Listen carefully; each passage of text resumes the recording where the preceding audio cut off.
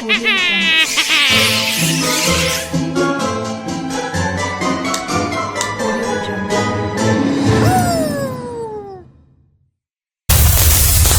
मैं एक छोटे से शहर रानीकोट के बाहर रहता हूँ। मैं यहाँ उसलिए रहता हूँ क्योंकि यहाँ एक बड़ा सा प्लाट लेना बाकी जगहों के मुकाबले में आसान है। मेरा घर छोटा है लेकिन अकेले रहने के लिए बिल्कुल ठीक है। ये वाकया 4 साल पहले हुआ था। उस वक्त बहार का मौसम था और पूरा महीना तकरीबन रोजाना बारिश हो रही थी। इतवार का दिन था। मैं छुट्टी पर था और घर पर आराम कर रहा था, टीवी देख रहा था। शाम 6 या 7 बजे के करीब अचानक हुआ में बदलाव हुआ। दरवाजे पर दस्तक हुई। बारिश की आवाज की वजह से मैंने मुश्किल से सुना। जब मैंने दरवाजा खोला तो वहां एक अजनबी खड़ा था। न वो कोई डिलीवरी वाला था, न कोई जान पहचान का बंदा। घर तक कोई बगैर बताए आ जाए, ये बहुत अनयूजुअल था। मैंने कहा, जी क्या बात है? उसने कहा कि वो पास के जंगल में कैंपिंग कर रहा था, कुछ मसला हो गया है और एक रात गुजारने के लिए जगह चाहिए। मेरे घर की लोकेशन को देखते हुए अगर वो सच बोल रहा था तो वो सीधा मेरे घर ही आता, क्योंकि आसपास कई किलोमीटर तक और कोई घर नहीं था। बारिश भी जोर से हो रही थी तो मुझे उस पर थोड़ा तरस भी आया, लेकिन एक अजनबी को घर के अंदर बुलाना खतरनाक भी हो सकता था। मैंने उसे कहा, तुम मेरे फोन से किसी को कॉल कर लो जो तुम्हें टाउन ले जाए। लेकिन उसने साफ इनकार कर दिया। उसने कहा, नहीं। हमने उसे कहा, तुम मेरे फोन से किसी को कॉल कर लो जो तुम्हें टाउन ले जाए। लेकिन उसने साफ इनकार कर दिया। उसने कहा, नहीं, मैं यहां नहीं रख सकता, और वापस मड रोड पर चलने लगा। कुछ दूर जाकर वो जंगल की तरफ मुड़ गया और वहां गुम हो गया। मुझे ये सब अजीब लगा, लेकिन मैं दोबारा टीवी देखने लगा और भूल गया। रात हो चुकी थी। तब मैंने अपने बैकयार्ड की खिड़की से ऑरेंज रोशनी देखी। मैं फौरन उठा, पर्दा हटाया और बारिश के बीच में देखा।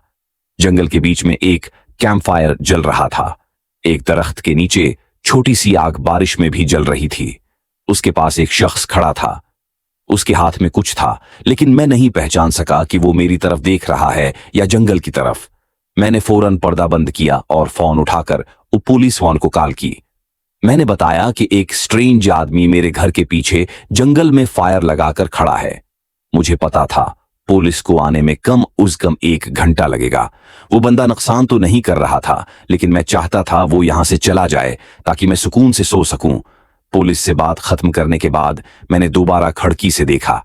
फायर तो जल रही थी, लेकिन वो आदमी गायब था। अचानक मुझे कदमों की आवाजें सुनाई दी, किसी के चलने की आवाज जो मेरे घर की तरफ आ रहा था। मैं फौरन दूसरी खिड़की की तरफ गया। मैंने उसे देखा। वो एक हॉन्टिंग राइफल वो हाथ में लिए हुए मेरे घर की तरफ आ रहा था। वो कॉर्नर से मड़ा और सीधा फ्रंट डोर तक पहुंचा। उसने दरवाजे पर जोर से दस्तक दी। फिर सब खामोश हो गया। मैंने फौरन क्लोजेट से अपना सेल्फ डिफेंस हैंडगन निकाला और एक दीवार के पीछे छिप गया। मेरे दिल की धड़कन तेज थी, दिमाग बंद हो चुका था। फिर उसने दोबारा दरवाजे पर वार किया।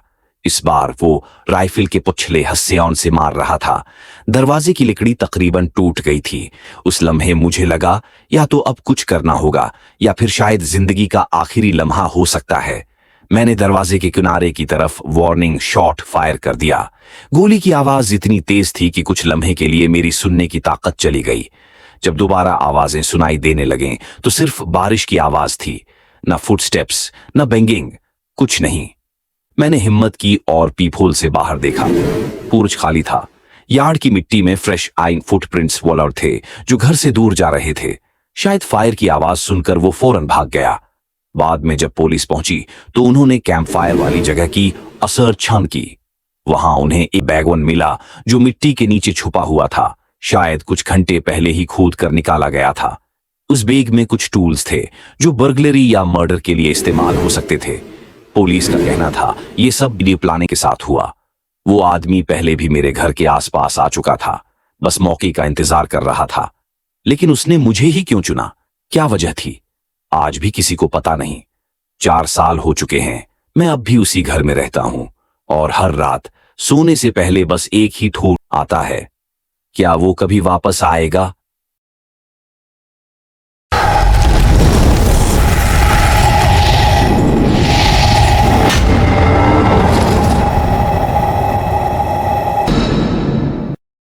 थैंक्स फॉर वॉचिंग और मैं अब आपको नेक्स्ट वीडियो में मिलूंगा। टिल देन अल्लाह हाफिज।